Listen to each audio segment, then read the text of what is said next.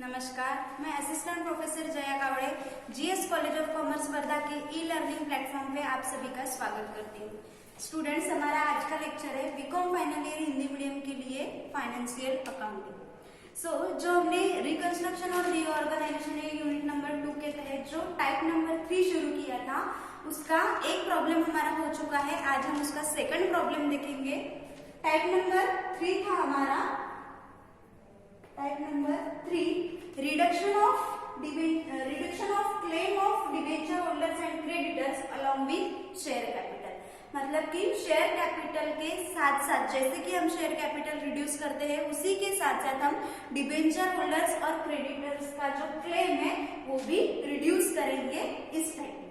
तो उस टाइप का एक प्रॉब्लम हमारा हो चुका है जिसमें हमने क्रेडिटर्स और डिबेंचर्स का जो क्लेम है वो कम किया है, और जो डिबेंचर होल्डर्स है उनका पेमेंट भी हमने स्टॉक और डेटर्स देके किया था पिछले प्रॉब्लम में। आज का ये सेकंड प्रॉब्लम टाइप नंबर 3 का क्वेश्चन आपको डिस्क्रिप्शन बॉक्स में दिया रहेगा। डिस्क्रिप्शन बॉक्स में जो लिंक दी रहेगी वो लिंक ओपन करके आपको क्वेश्चन को लिख लेना है और कंटिन्यू आगे वीडियो देखना है सोल्यूशन कैसे सॉल्व किया जाता है। जो बेसिक एंट्रीज में से जो 2 से 3 एंट्रीज रहेगी वो आपको खुद से भी करनी आ सकती है, क्योंकि जो हमने फर्स्ट और सेकंड टाइप देखा था उसी के बेस पे वो हमारी फर्स्ट सेकंड एंट्री रहेगी। देन जो नया पॉइंट इसमें आता है उसकी एंट्रीज में आपको बताऊंगी। सबसे पहले क्वेश्चन को समझ लेते हैं और उसके बाद उसकी क्या ट्रीटमेंट होगी वो देखेंगे। तो question, unique limited presents you with the following balance sheet as on 31st March 2015। Unique limited की बैलेंस शीट हमें दी हुई है 31st मार्च 2015 की, लायबिलिटीज असेट्स दी हुई है। अब देखते हैं कि अदर इंफॉर्मेशन में, एक्स्ट्रा इंफॉर्मेशन में, एडजस्टमेंट में हमें क्या दिया हुआ है। The following scheme of reconstruction was duly approve. जो रिकंस्ट्रक्शन की स्कीम है वो फॉलोइंग इससे वो अप्रूव हुई है, तो वो क्या बताया है उसमें देखते हैं। Number 1, equity shares be reduce to fully paid shares of ₹50 each. Equity shares reduce करना है कितना, ₹50 each, fully paid shares of ₹50 each. अब बैलेंस शीट में देखो, इक्विटी शेयर्स का जो शेयर कैपिटल फेस वैल्यू है वो कितना है, पेड अप वैल्यू कितना है, ₹100 ईच। अब रखना कितना है, रिड्यूस कितना करना है, ₹50 ईच, मतलब रखना कितना है, ₹50 ईच। क्लियर है? ये एंट्री आपको आती है, मतलब आप कर सकते हैं क्योंकि टाइप 1, 2 में हमने उस तरह से एंट्रीज की है। Second, 7% preference shares be converted into 9% preference shares, the amount being reduced by 30%। जो 7% प्रेफरेंस शेयर्स थे, मतलब जिन प्रेफरेंस शेयर्स का जो रेट ऑफ डिविडेंड था वो 7% था, उसको बढ़ा के उसको कन्वर्ट किया है हमने 9% प्रेफरेंस शेयर्स। और वो जब हमने 9% प्रेफरेंस शेयर्स किया तो जो जितना हमारा प्रेफरेंस शेयर्स का अमाउंट था उतना हमने रिड्यूस किया है, कम किया है, कितना, 30%, रिड्यूस बाय 30%। तो उसकी भी एक सेपरेट एंट्री हम यहाँ पे करेंगे। Then land and building being appreciated by 20%। अब देखो, जब जो हमने टाइप नंबर 3 का फर्स्ट प्रॉब्लम देखा था उसमें हमने लैंड एंड बिल्डिंग इंक्रीज किया था। अब इंक्रीज का ही दूसरा नाम हम बोल सकते हैं अप्रिसिएटेड। 2 वर्ड है, अप्रिसिएटेड और डेप्रिसिएटेड। तो डेप्रिसिएटेड मतलब लेस करना, माइनस करना, और अप्रिसिएटेड मतलब क्या है, उसको बढ़ाना, इंक्रीज करना। क्लियर है? तो यहाँ पे जो लैंड एंड बिल्डिंग है वो अप्रिसिएट हो रही, मतलब क्या करना है, वो हमें इंक्रीज करना है बाय 20%। हमें उसमें इंक्रीज करना है।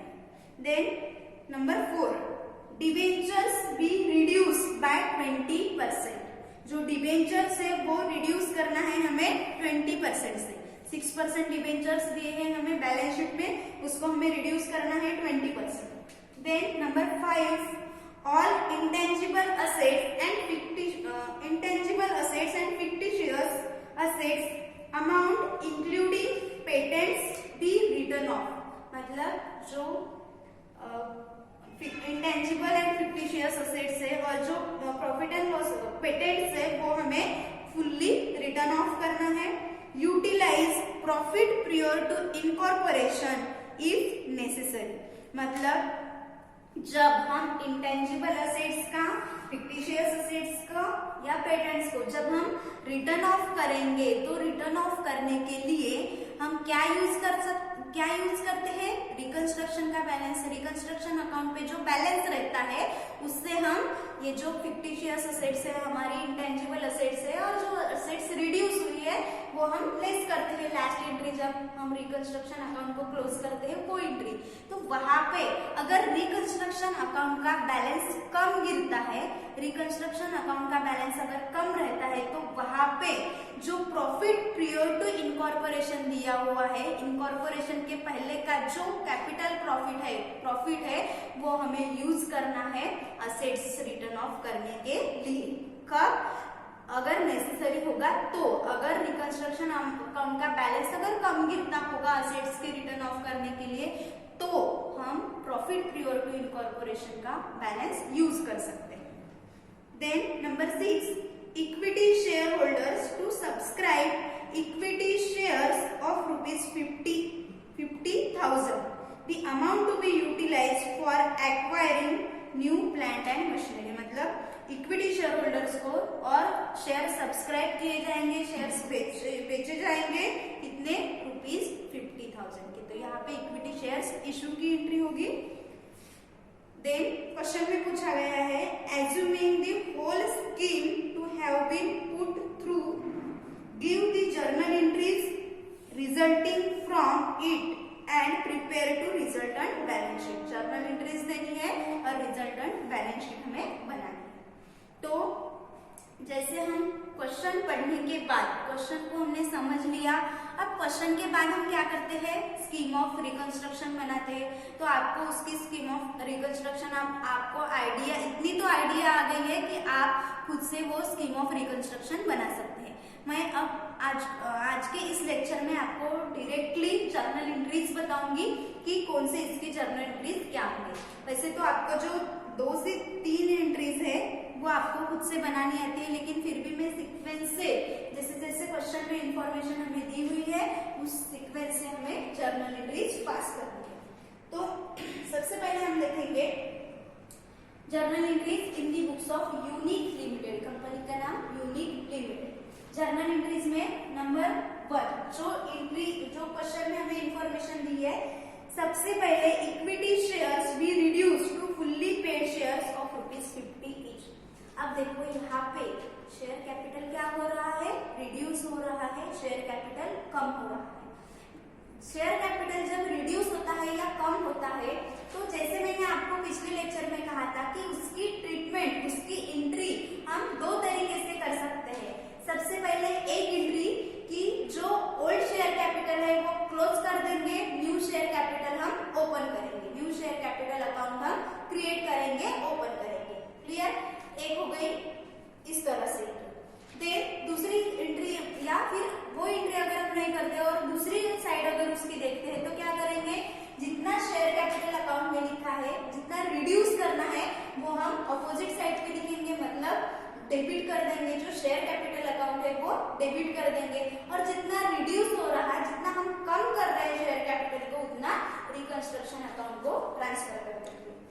लेकिन अब यहाँ पे देखो हमने वैसा भी किया रहता, लेकिन पिछले प्रॉब्लम में हमने क्या किया था, इक्विटी शेयर और प्रेफरेंस शेयर दोनों की एंट्री हमने कंबाइन की थी और जो रिड्यूस होने वाला अमाउंट है वो शेयर कैपिटल अकाउंट के डेबिट साइड में लिखा था और जो रिड्यूस हुई अमाउंट है वो क्रेडिट रिकंस्ट्रक्शन अकाउंट को क्रेडिट की थी। तो इस तरह से उसकी एंट्री की थी।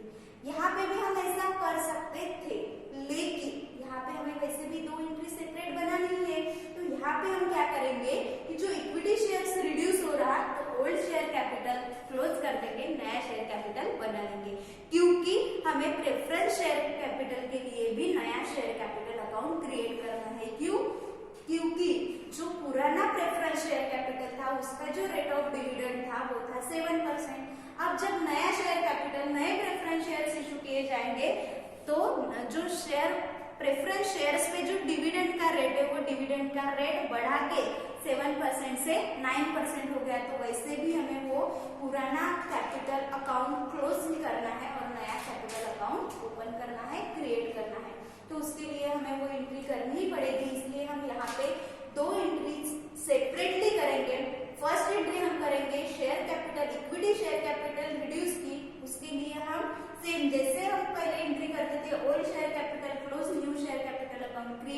वैसे उसकी हम एंट्री करेंगे।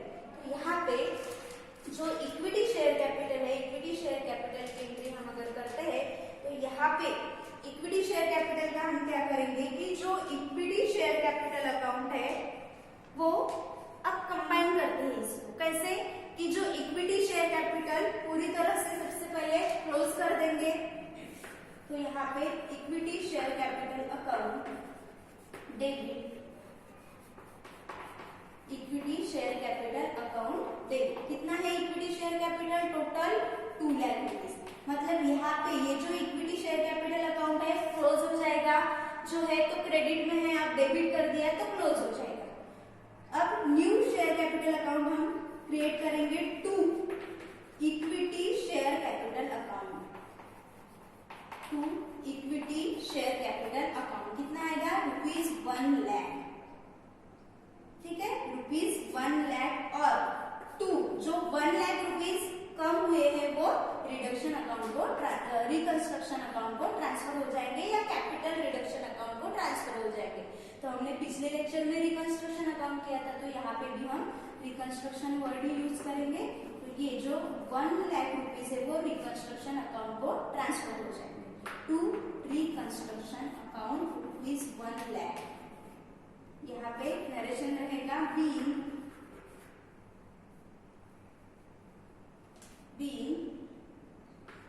इक्विटी शेयर्स कितने थे हमारे?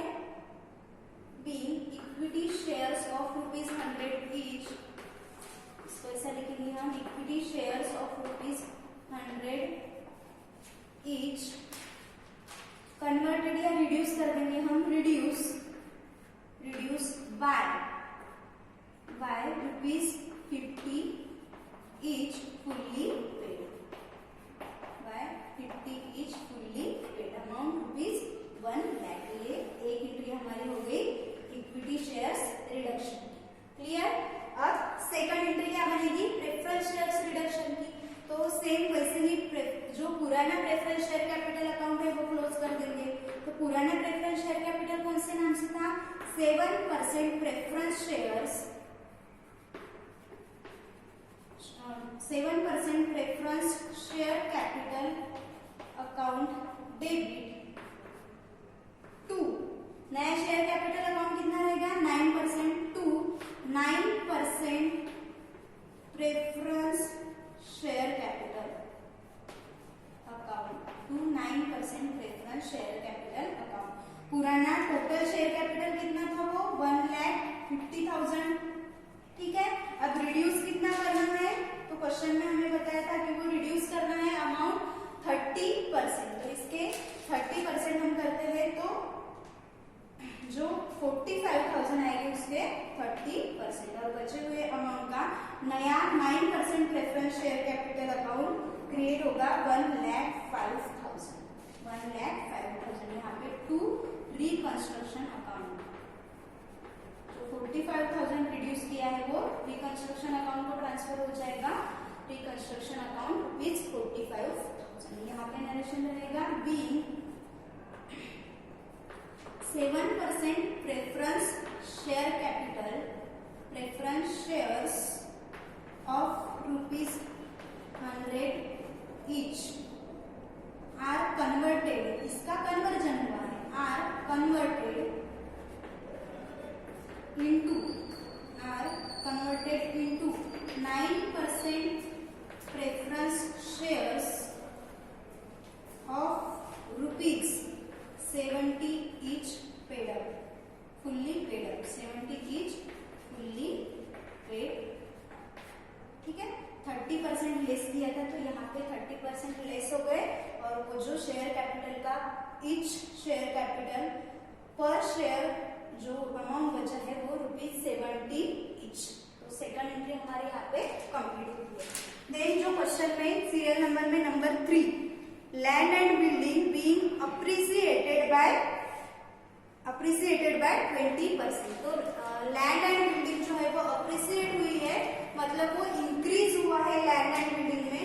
तो जब लैंड एंड बिल्डिंग इंक्रीज होती है तो जो इंक्रीज वैल्यू है डिक्रीज हुई तो भी हमें रिकंस्ट्रक्शन अकाउंट से लेस करना है, और इंक्रीज हुई तो वो रिकंस्ट्रक्शन अकाउंट को ट्रांसफर कर देना है।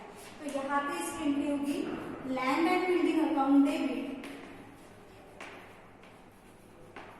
Land and building account debit कितना अप्रिशिएट हो रहा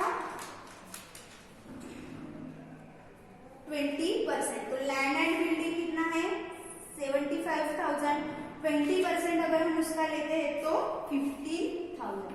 यहाँ पे land and building account debit 15,000। Then उसी के साथ साथ देखो जो डिबेंचर्स दिया हुआ है रिड्यूस होने वाला है 20% से, बराबर है।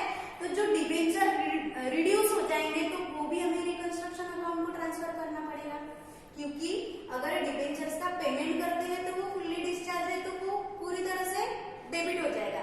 लेकिन यहाँ पे हम 20% रिड्यूस कर रहे हैं, तो 20% अगर हम रिड्यूस करते हैं तो वो रिकंस्ट्रक्शन अकाउंट को हमें ट्रांसफर करना पड़ता है।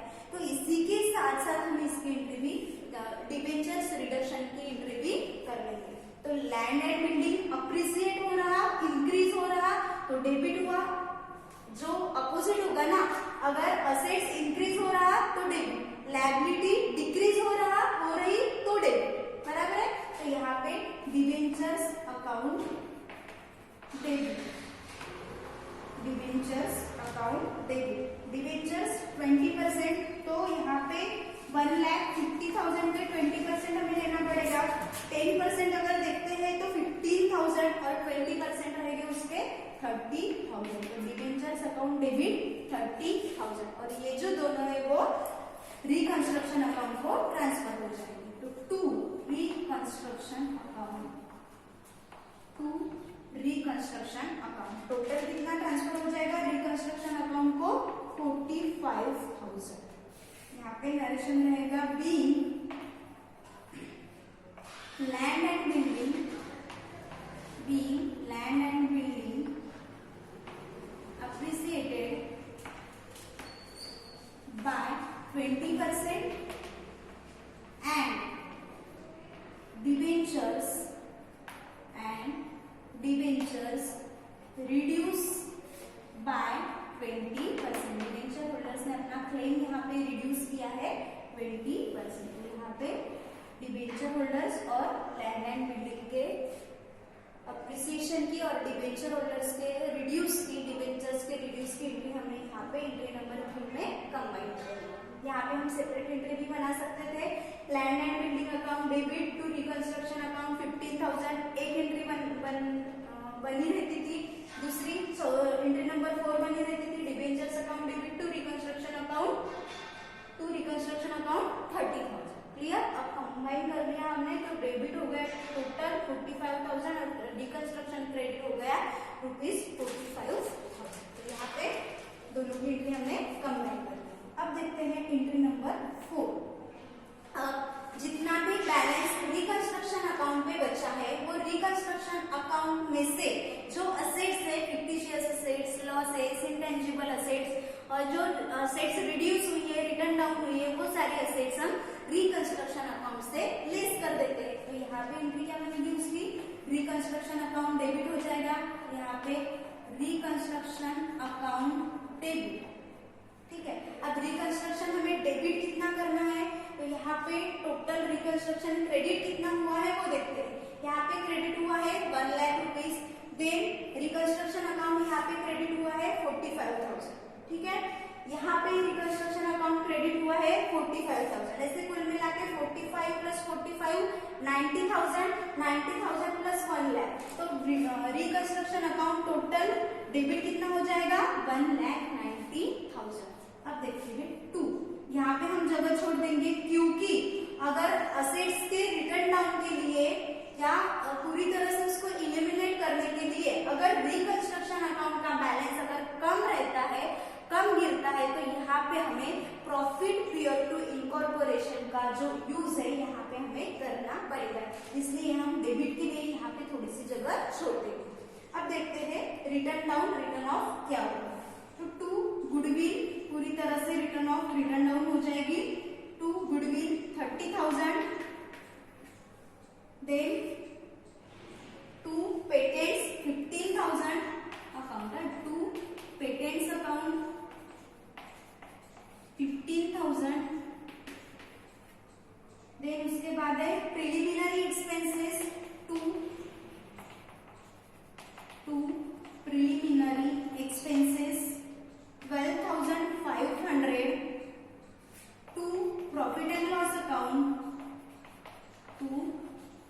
And loss account 1,35,000, 1,35,000।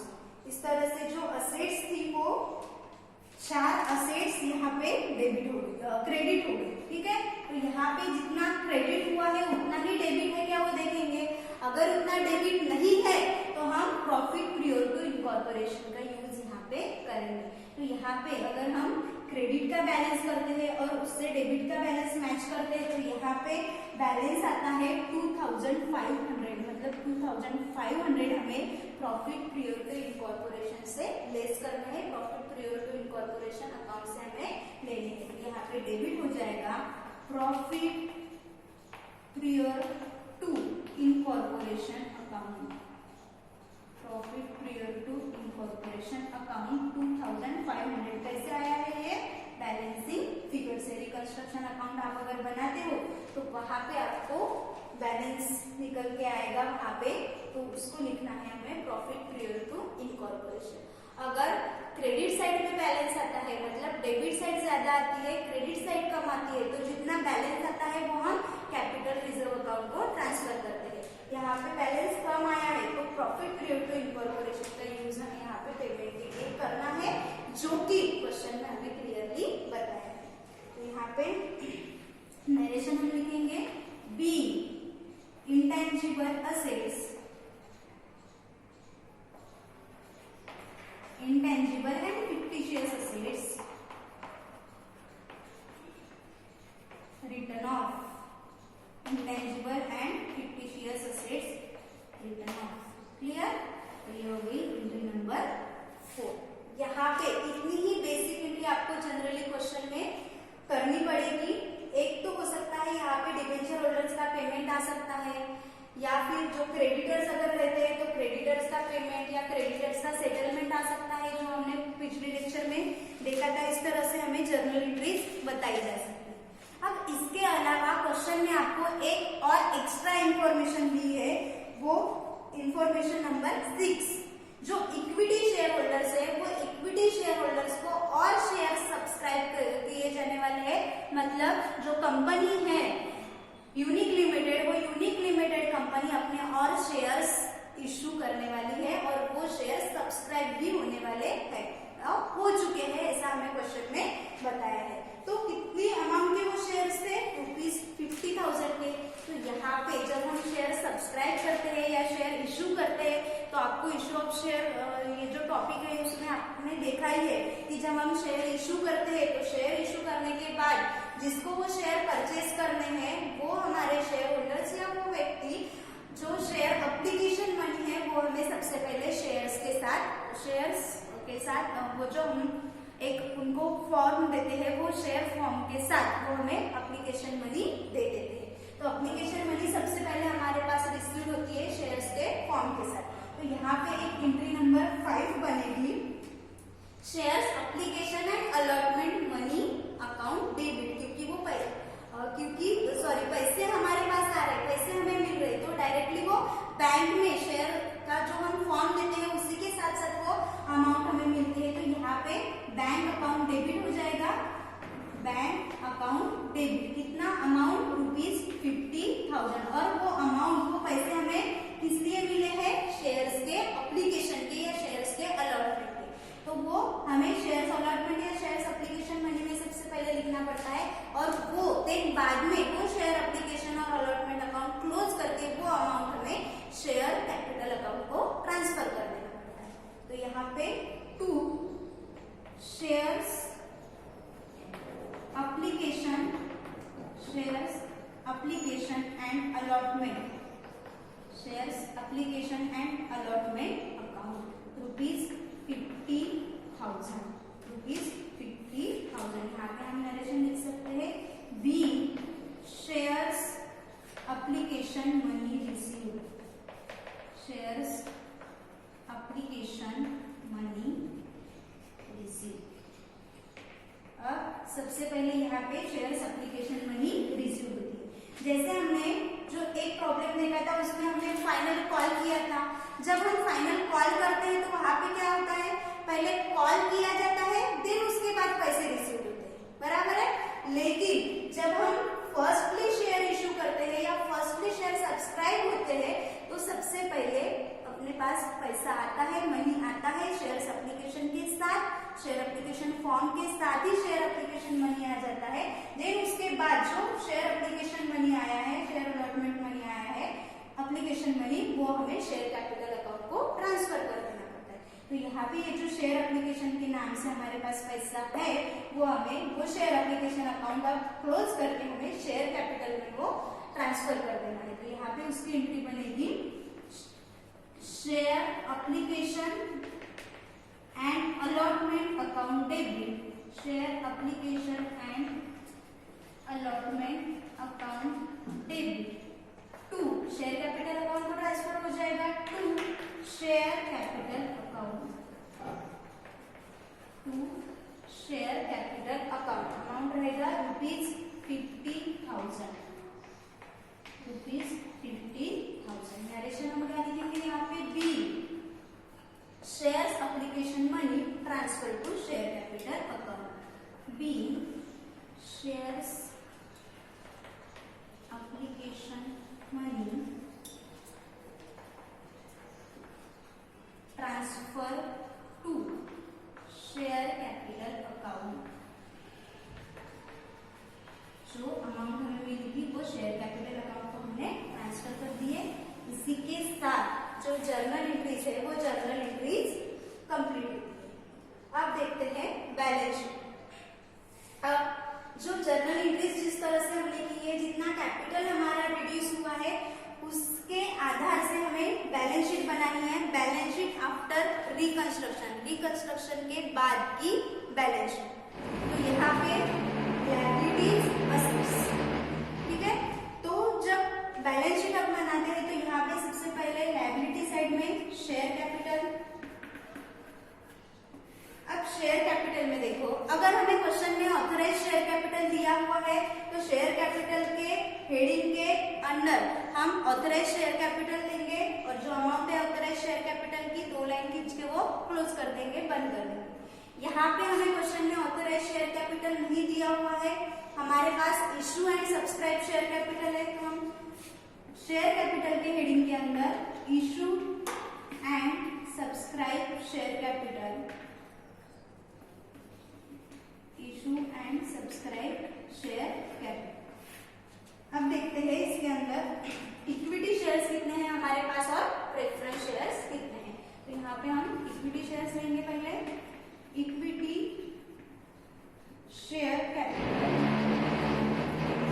Equity share capital of ₹50 each, equity share capital of ₹50 each. अब इक्विटी शेयर कैपिटल कितना है अपने पास, इक्विटी शेयर कैपिटल पहले 2 लाख था, रिड्यूस करके वो हमने 1 लाख रुपीज किया है, बराबर है। तो इक्विटी शेयर कैपिटल हमारे पास कितना है, 1 लाख रुपीज। देन लास्ट में हमने शेयर सब्सक्राइब किए थे तो उसमें शेयर कैपिटल हमारा क्रिएट हुआ है 50,000 या शेयर कैपिटल में क्रेडिट हुआ है 50,000। तो टोटल 1 लाख प्लस 50,000 ऐसा शेयर कैपिटल हमारे पास कितना है, 1,50,000। तो इक्विटी शेयर कैपिटल में आएगा 1,50,000। फिर उसके बाद है प्रेफरेंस शेयर्स। अब प्रेफरेंस शेयर्स पुराने बैलेंस शीट में 7% प्रेफरेंस शेयर कैपिटल था, उनका जो डिविडेंड का रेट बढ़ा के हमने 9% कर दिया। तो यहाँ पे जो शेयर कैपिटल है, प्रेफरेंस शेयर कैपिटल है, वो कौन सा रहेगा, 9% प्रेफरेंस शेयर कैपिटल। तो यहाँ पे 9% preference share capital, 9% preference share capital of ₹70 each, of ₹70 each, क्योंकि हमने उनका जो 30 रुपीज है वो रिड्यूस कर दिए थे। यहाँ पे ऑफ ₹70 ईच कितना है प्रेफरेंस शेयर कैपिटल, 1,05,000। तो यहाँ पे प्रेफरेंस शेयर कैपिटल 1,05,000, ठीक है। अब लायबिलिटी साइड में और डिबेंचर्स, तो यहाँ पे डिबेंचर्स आएंगे। अब डिबेंचर्स की वैल्यू हमें कितनी लेनी है यहाँ पे, तो जो आपको पुरानी बैलेंस शीट में डिबेंचर्स दिए थे 1,50,000, उसमें से जो डिबेंचर्स का वैल्यू है, अमाउंट है, वो 20% हमने रिड्यूस किया था 30,000। अब डिबेंचर्स टोटल 1,50,000 लेस कर दो 30,000 20,000। अब अपने पास डिबेंचर्स कितने बचे हैं? 1,20,000। तो यहाँ पे 1,20,000 हम यहाँ पे इसको ब्रैकेट में लिख सकते हैं। 1,50,000 लेस रिटर्न ऑफ रिड्यूस 30,000 और आउटर कॉलम में 1,20,000। उसके बाद है सन्ड्री क्रेडिटर्स। सन्ड्री क्रेडिटर्स, तो सन्ड्री क्रेडिटर्स का अमाउंट ₹1 है। इसको कुछ भी कम ज्यादा नहीं किया हुआ है, तो वो जैसे के वैसे आएगा ₹1 लाख। और यहाँ पे अगर कैपिटल रिजर्व रहता तो कैपिटल रिजर्व आता था, लेकिन यहाँ पे अब कैपिटल रिजर्व नहीं है, इसको ही हमने कम गिरे वैसे तो प्रॉफिट प्रियर टू इनकॉर्पोरेशन के नाम से लिखे। तो यहाँ पे जो प्रॉफिट प्रियर टू इनकॉर्पोरेशन का बैलेंस बचा है वो यहाँ पे आएगा प्रॉफिट प्रियर टू इनकॉर्पोरेशन। पुरानी बैलेंस शीट में हमें प्रॉफिट प्रियर टू इनकॉर्पोरेशन दिया है ₹5,000। अब 5,000 में से 2,500 हमने यहाँ पे यूज किए हैं, तो यहाँ पे बैलेंस कितना बचा है अभी? 2,500। तो यहाँ पे प्रॉफिट प्रियर टू इनकॉर्पोरेशन का बैलेंस आएगा 2,500। इसके साथ लायबिलिटीज हमारी खत्म हो गई। अब देखते हैं असेट्स। अब असेट्स में क्या है? तो गुडविल फुल्ली रिटर्न ऑफ हो गया, यहाँ पे हमने फुल्ली उसको रिटर्न ऑफ किया है। पेटेंट्स भी पूरी तरह से रिटर्न ऑफ हो गया। Preliminary expenses of profit and loss account, जितने भी हमारी इंटेंजिबल और फिक्टिशियस असेट्स है वो पूरी तरह से रिटर्न ऑफ हो गई। अब बचा क्या है? तो उसमें है लैंड एंड बिल्डिंग। यहाँ पे land and building, land and building.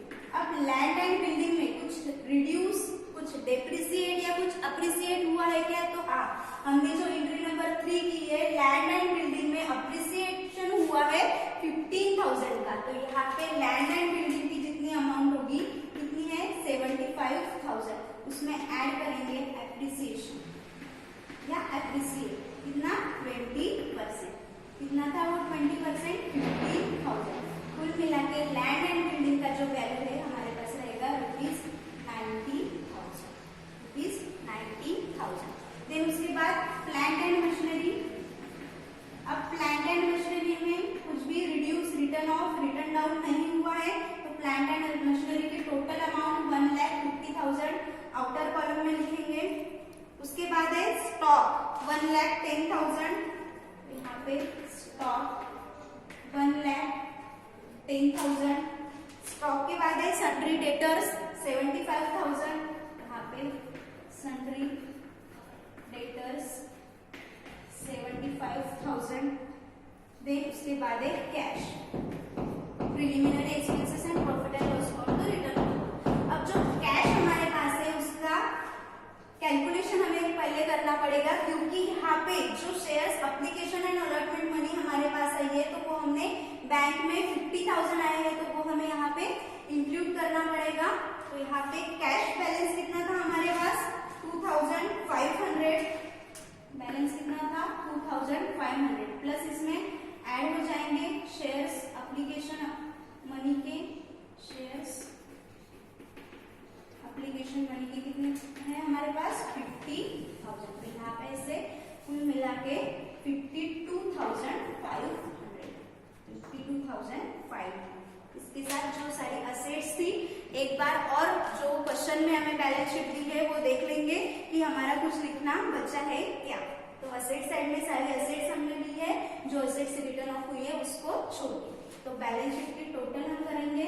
तो बैलेंस शीट यहाँ पे टैली हो जाएगी, बैलेंस शीट टैली हो जाएगी यहाँ पे 4,77,500 से 4,77,500। इसी के साथ जो हमारा टाइप नंबर रिकंस्ट्रक्शन अकाउंट के टाइप नंबर 3 का जो सेकंड प्रॉब्लम है वो यहाँ पे कंप्लीट होता है। फिर मिलेंगे एक और नए प्रॉब्लम के साथ।